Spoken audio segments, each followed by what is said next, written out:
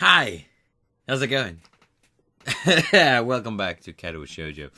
I took a day or two off. Not really like well, at first I was insomnia and I'd forgotten to record. Well, forgotten. I just didn't record enough for the when I was away. Then I got back on Monday and I was really tired, like shattered. And then yesterday, my throat was so sore. It's still sore now, but it's better than it was. So we'll just do it. So this is going to be the bad ending for Emmy. Feel free not to watch this. I'm just doing this for completion's sake. Anyway. So, yes, this is right after she's run out the room.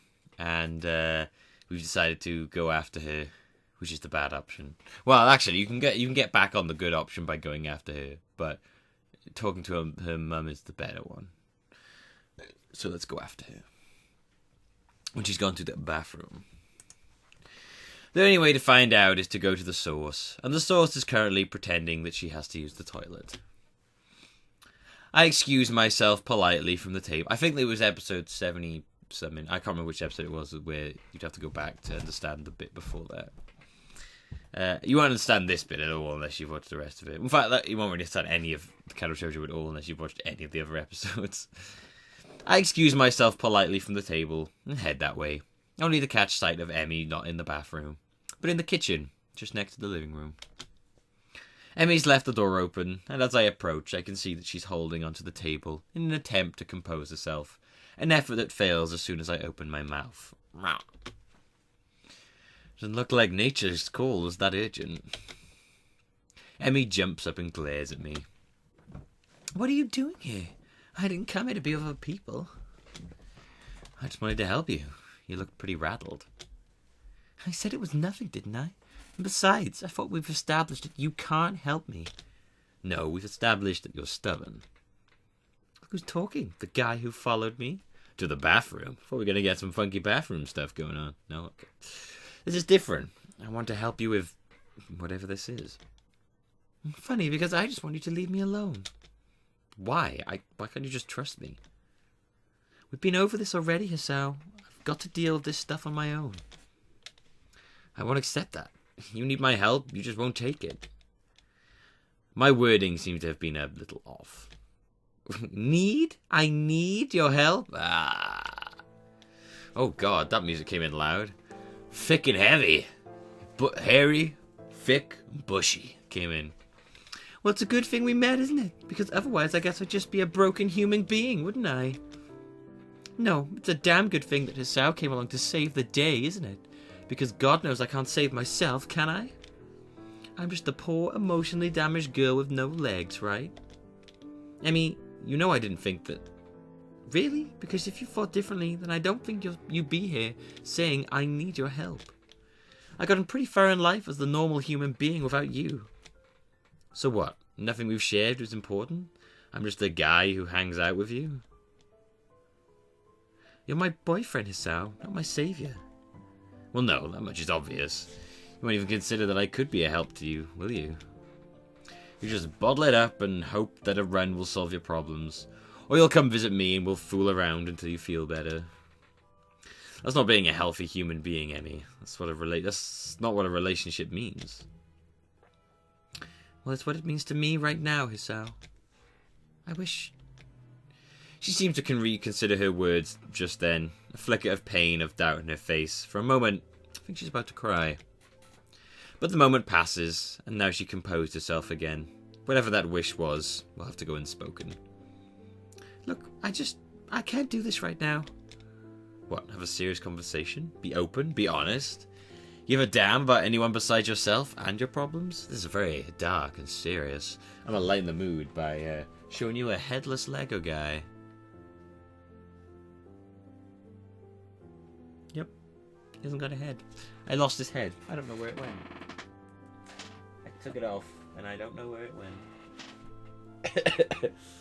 Oh, there it is. I found his head. There you go. I found headless Lego guy. Sweet. What do you know about my problems? Nothing! You don't know anything! You don't know what I've been through! You don't pretend that you do! That's the voice I'll give her to make this more entertaining. I know you have nightmares, and I know your father's gone. What happened to him? Did he fly away? Hemi's head jerks backwards as if I've just slapped her. What is he doing? What is he saying? Why is he talking? He should just stop talking. That brittle quality has gotten back into her voice.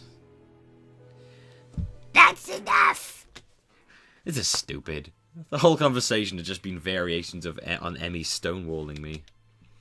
What? You won't even answer my question? That question? Fine, keep your secrets. They can lie in the grave as far as I'm concerned.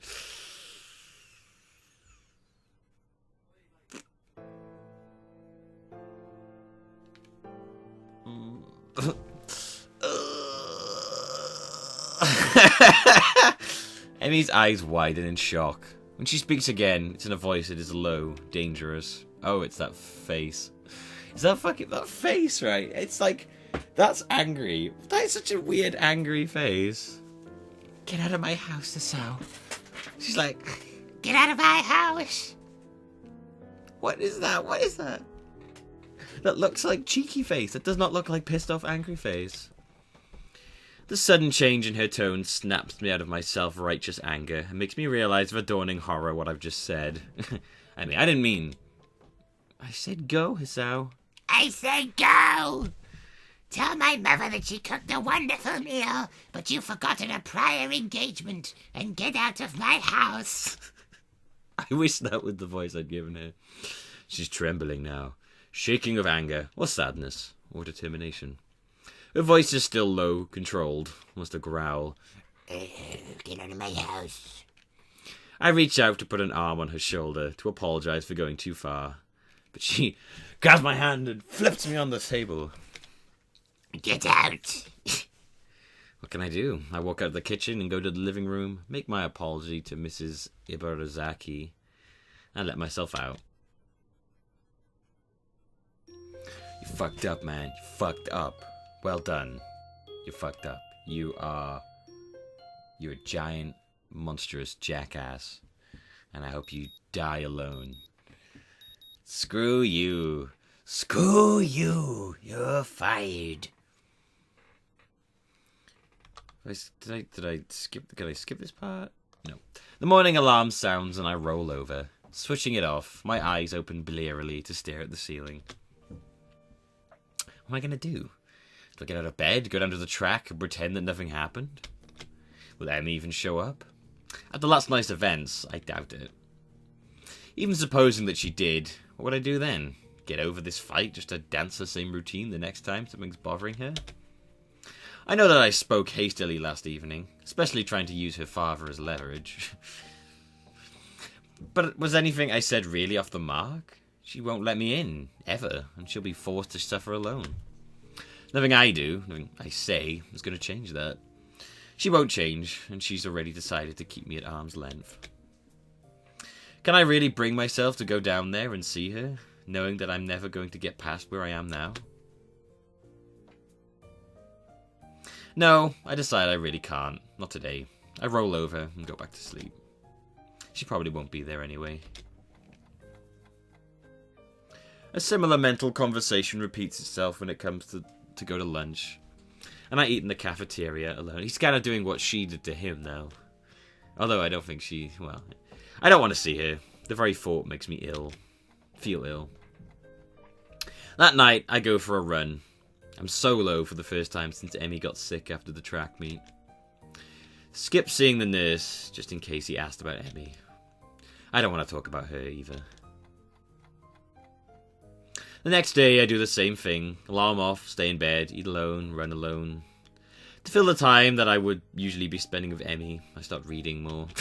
He sure is a fun guy. You sure are a fun guy. Oh, yeah. Hey, guy, it's so fun. It works surprisingly well until I find myself ducking into a restroom because I see her walking down the hall in between classes. If she noticed me, she didn't show it, even though I don't suppose she ever shows anything. Certainly not to the girls from her class. I see her talking cheerfully to her.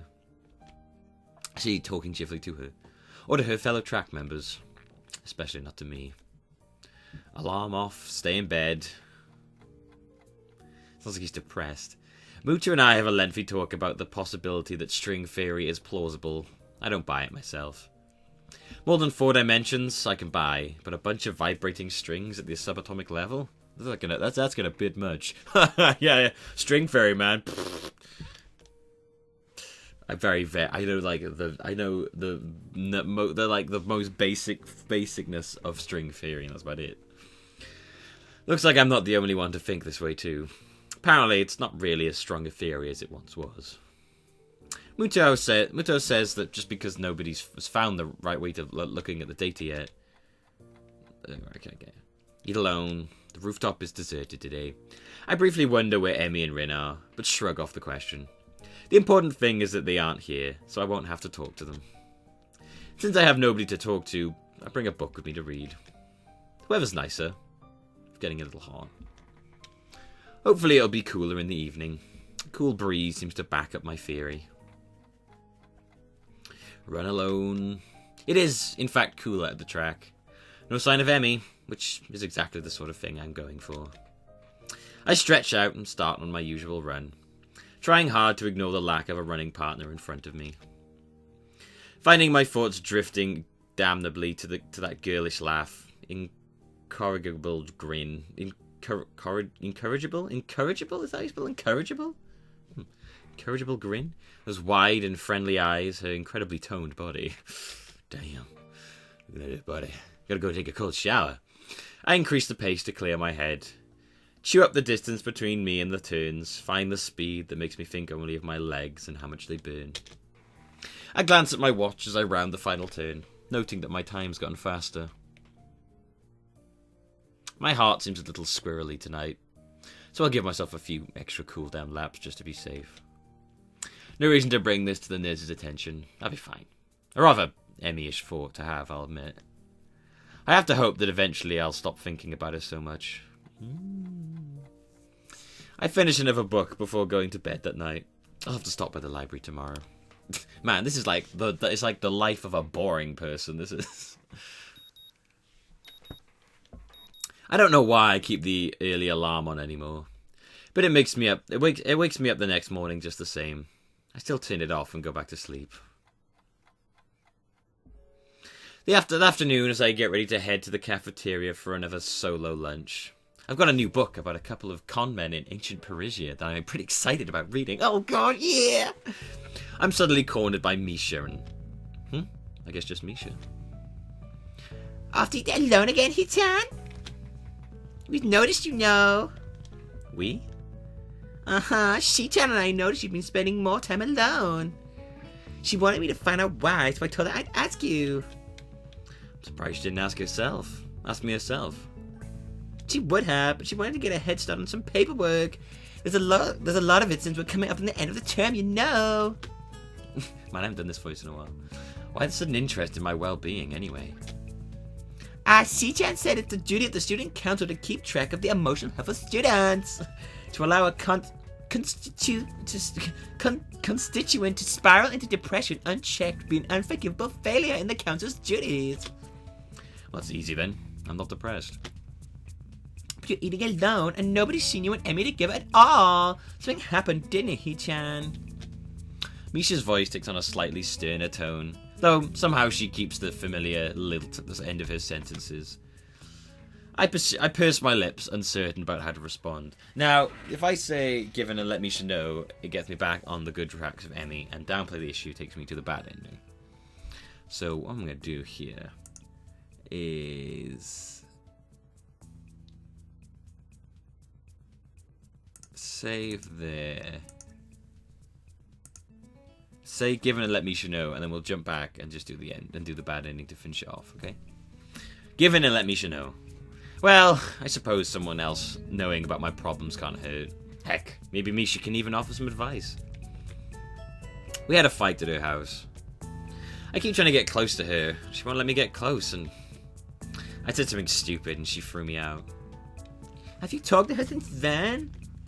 Misha looks genuinely concerned. I'm surprised, as I'd almost expected her to drop the subject after finding out about what the trouble was. Even more surprising is how quickly I find myself spilling my guts to her. No, I haven't. I just can't bring myself to face her after that. I made a complete fool of myself, and she probably hates me now anyway. Especially since I haven't seen her since then. You're pretty slow, Hichan. Doesn't sound like advice. Huh?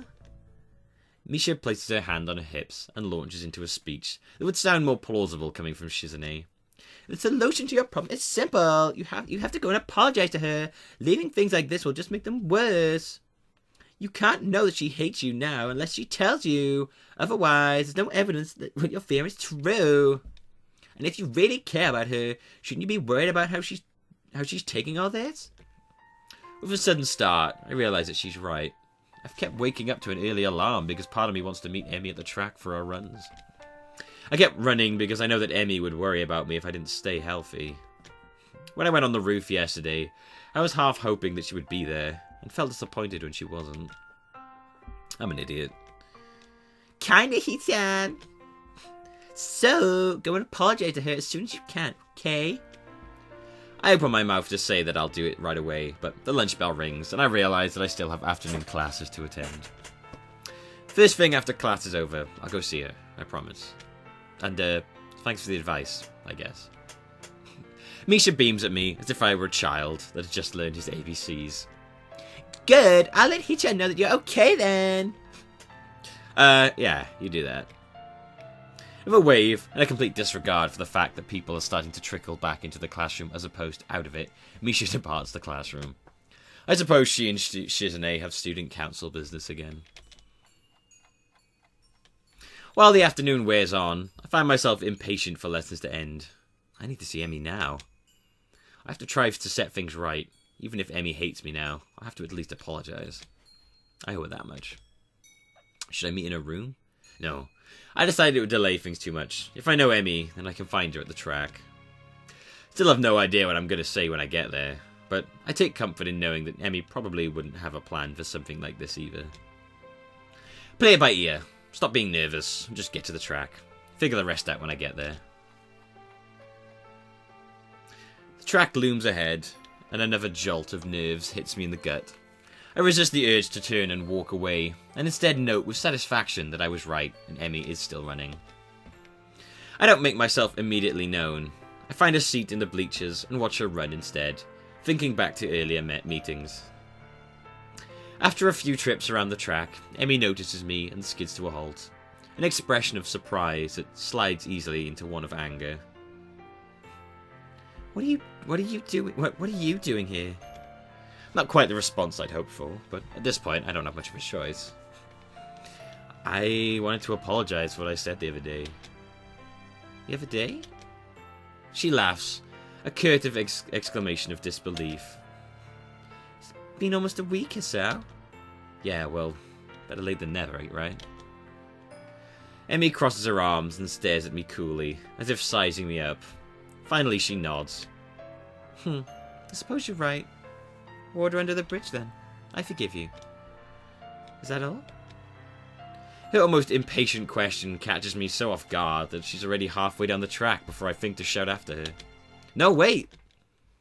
She doesn't seem to have heard me, or she doesn't want to hear me. And so I give chase, disregarding completely the fact that I'm not dressed for it. My feet hurt. My shirt collar feels like a noose around my neck. But I still chase. My headphones. No, they haven't turned off. But I still chase after her because I don't want to. If I don't, I'll lose my chance. Emmy hasn't started to really accelerate yet, which is probably the only reason why I'm able to catch up to her. To reach out and tap her on the shoulder just before my legs give up running in dress shoes and stumble to a stop. Surprisingly, fortunately, all that running seemed to have paid off. I'm short of breath, yes, but at least my heart isn't actively trying to force its way out of my rib cage. My touch on her shoulder has stopped Emmy, and while there's a flash of concern when she sees me catching my breath, it seems that she has a good idea of what I'm capable of too. The concern is short-lived. What? What? What do you want? What do you want, Hisao? You wanna fuck? Don't do that, please. She seems so irritated by my being still there that I almost lose my nerve. But I've lost my nerve enough. It's all over. I have no nerve left. I need to explain myself. Why I can't just let the matter rest. Have I done this bit yet? No, I haven't. Emmy folds her arms and bounces one blade on the ground, in an approximation of tapping her foot impatiently. Angry as she is, and as nervous as I am, she still looks beautiful. Okay, Hisao, explain. Thing is, I know that you're really sensitive about the accident and about your dad. I can see Emmy's face twitch at the mention of the two things that have been steadily driving us apart. Or at least made me feel like we're being driven apart. But that's why I want to know about them, I think. Because I see how much they hurt you, and I want to be there to comfort you. It makes me miserable seeing you sleepless and depressed. And don't pretend you aren't, because I know, okay? I just remember the night when you fell asleep with me and had that nightmare, and that you were happy to have me there when you woke up. I want to be able to be there for you like that whenever you need me to be. The stern face cracks slightly. Emmy interrupts me before I can continue further. Just stop right there. We can't see each other we can't see each other anymore, okay? She's rushing now, looking everywhere but at me. I'm surprised she doesn't bolt. She knows I can't catch her. We're not right for one another. That's not true, and you know it. No, it's true, you too. I know that I've been pushy about knowing your past. If you can't tell me yet, then at least let me be there, even if I don't know the reason. It's okay. I promise I won't ask why you need comfort. I'll just give it freely. Emmy's shaking her head, and tears seem to be threatening the corners of her eyes. Stop saying that. Why? Because you're afraid you'll you'll take me up on it? I'm not afraid. I can't keep the chiding tone from my voice as I respond. Yes, you are. You told me yourself, remember? It's okay. Really, it is. However, it seems to me that someone who'd managed to come out of that wreck and still be as energetic and I gotta say, doing that voice with my throat is fucking stupid, because it hurts like shit.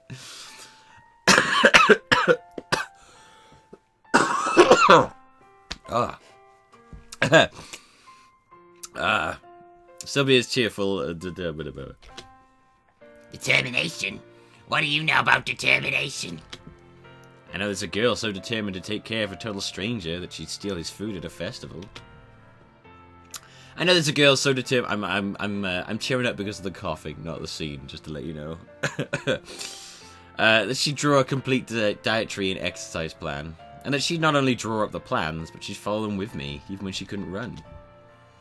Determined enough to keep me at arm's length, that she'd put herself through emotional pain if she thought it was the right thing to do.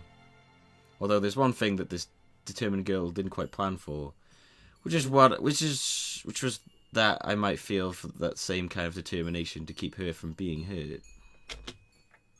I fell in love with you, and I refuse to let that be thrown away because you're afraid of losing me. What little control Emmy still has at this point cracks, and I find myself suddenly enveloped in her embrace as she cries. Why are you doing this? Why can't you just leave me alone? This is that scene that you need to get from this one. I hold her close and plant a kiss on the top of her head. I'm sorry, Emmy. You helped me when I first arrived, so now I have to help you. It's only fair. You're a little hopeless. Do you know that? She hiccups and trembles a little. Funny, I could say the same about you. Can you do something for me, Hisao? Anything. Can you go now? Feels like she just shoved a knife through my chest. Go? I need to think, okay? I can't just tell you everything yet. I'm still scared, and when you're around, I can't think clearly. But do me another favor. What's that? Show up for our morning run tomorrow. I smile, feeling better than I have all week. Of course, I wouldn't miss it for the world. Emmy steps back slowly, almost reluctantly. She sniffles a little, and then grins at me. A real smile that lights up the track, overpowering the fading evening light. See you tomorrow, Hisao. Okay. She darts forward, suddenly planting a soft kiss on my lips, then steps back shyly. Spinning on her back foot, she takes off running again, and I know that our conversation's at an end. My lips tingle with the warmth of that brief kiss and the memories of other longer kisses. I walk back to my room with a spring in my step. Tomorrow when my alarm goes off, I'll get up. And there you go, and that takes us back into that one. Okay, well, that's nice. It's a little more... It's like a different way of getting back to... Of that, yeah, so it just takes you right. Okay, cool. Okay, well, let's just jump back in time. To have the sad ending. Downplay the issue. I'm not sure I like the idea of airing private matters to the student council. Nothing major. Lying is a terrible thing to do. She's not buying it.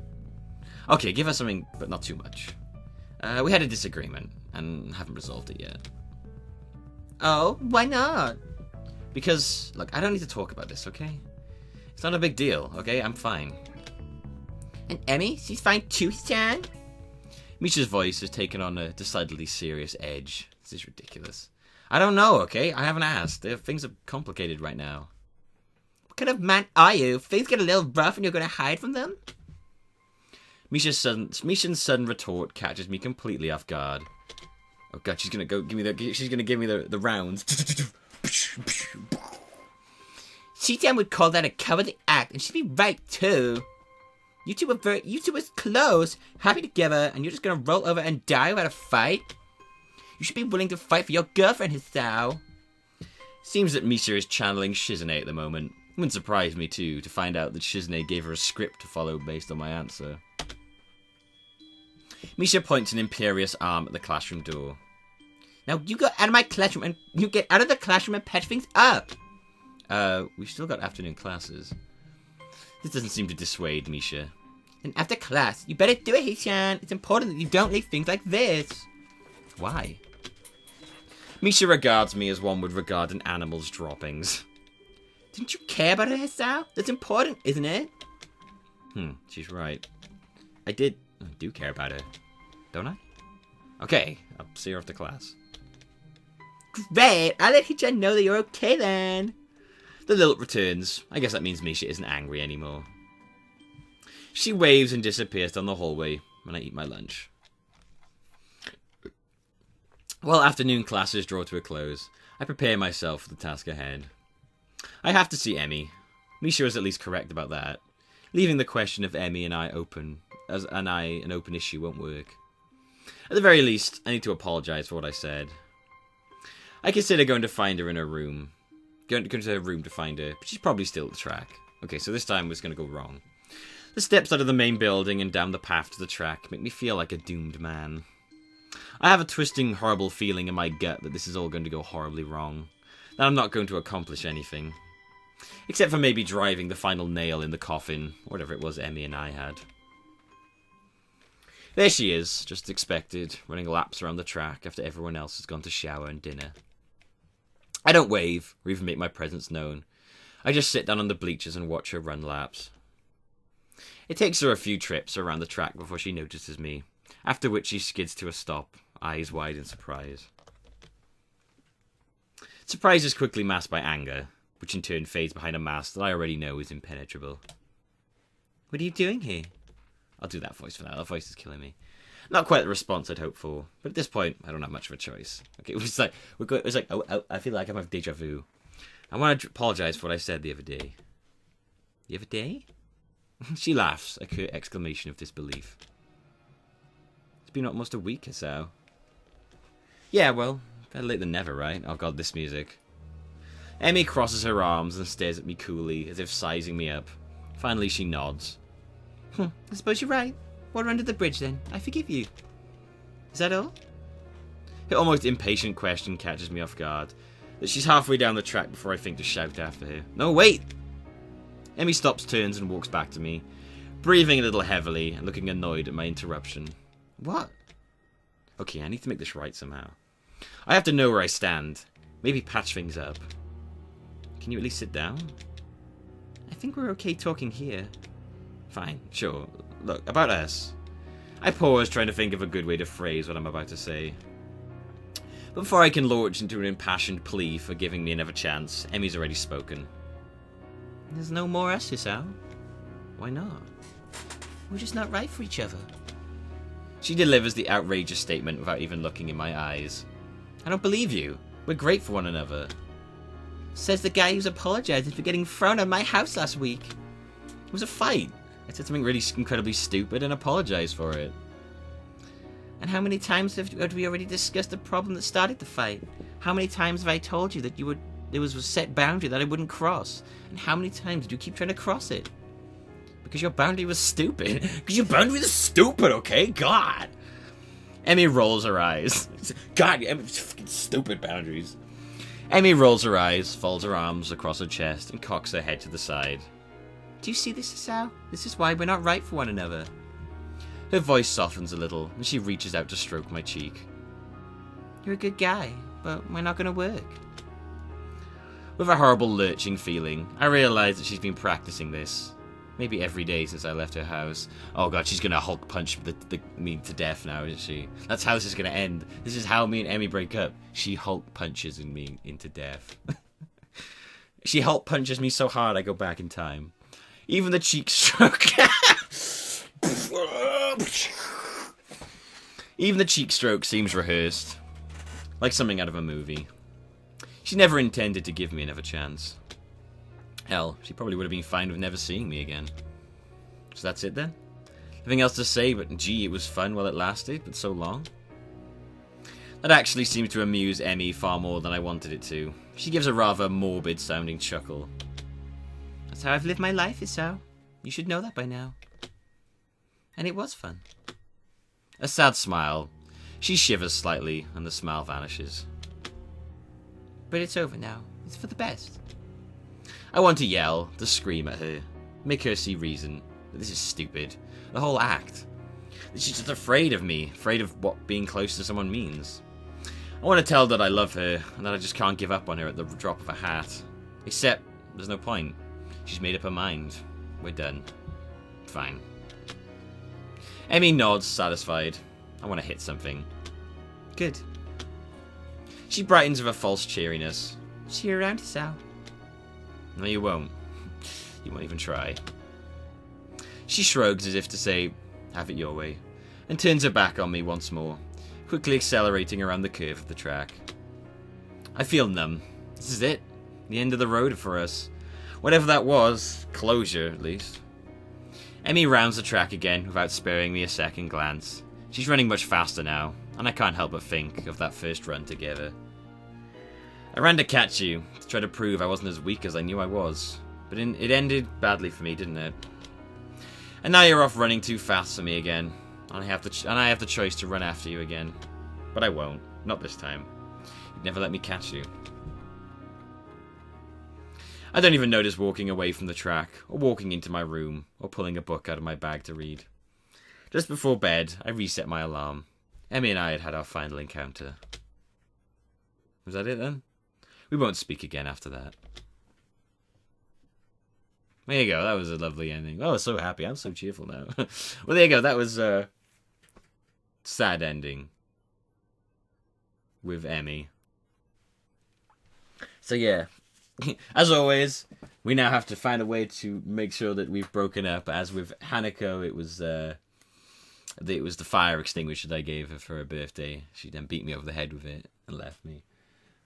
Shizune, Misha the succubus, kept us apart and took us away.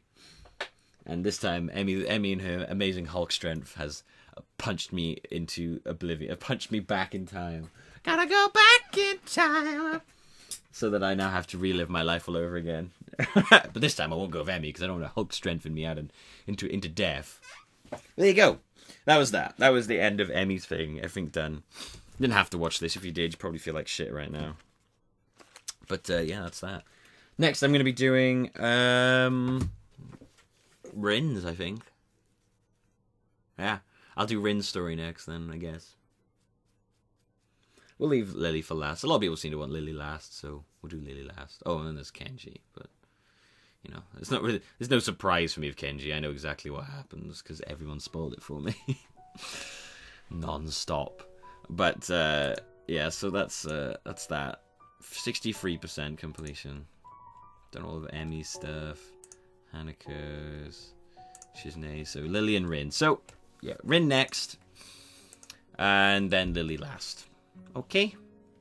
Thank you for watching, guys. We've still got plenty more to do. I will see you next time for more Katawa Shoujo. Bye-bye.